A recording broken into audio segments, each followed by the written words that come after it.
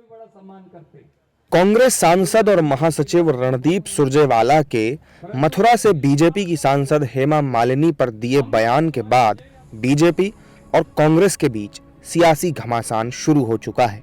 दरअसल हरियाणा के कैथल में एक चुनावी कार्यक्रम में सुरजेवाला ने हेमा मालिनी को लेकर आपत्तिजनक बयान दिया था, जिसके बाद बीजेपी आईटी सेल के मुखिया अमित मालवीय ने उसे ट्वीट करते हुए सुरजेवाला पर निशाना साधा और उसके बाद बीजेपी एकाएक सुरजेवाला पर महिलाओं का अपमान करने का आरोप लगाते हुए हमलावर हो गई।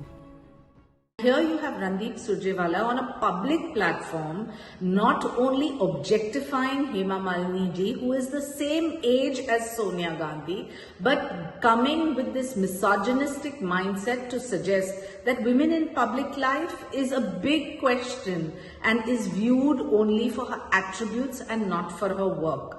The Congress party is going to get a befitting reply on the 4th of June when the women of this country vote against them. UP के सीएम योगी आदित्यनाथ ने भी आधी आबादी के अपमान पर सुरजेवाला को आड़े हाथों लिया।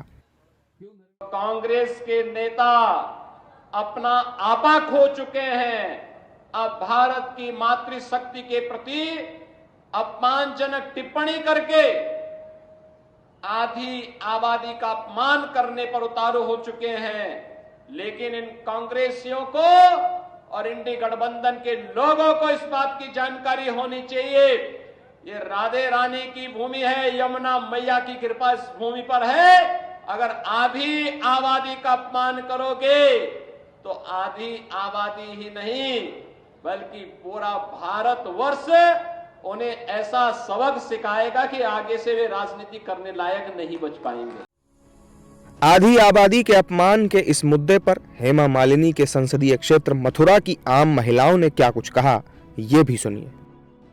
मेरे हिसाब से जो उन्होंने बयान दिया वो भी इस ओहदे पर होके, इस ओहदे पर ऐसा बयान देना या किसी के बारे में कुछ कहना, वो भी एक स्त्री, अगर आप किसी स्त्री को आज ऐसे बोल रहे हैं तो मुझे नहीं लगता कि देश सही हाथों में जा रहा है, क्योंकि ऐसे जवाब देना या ऐसी बात बोलना किसी के लिए भी, इनफैक्ट हेमा मालिनी जी तो स्टार हैं, किसी भी औरत के लिए, किसी आम औरत के लिए भी बोलना एक बहुत बुरी बात है।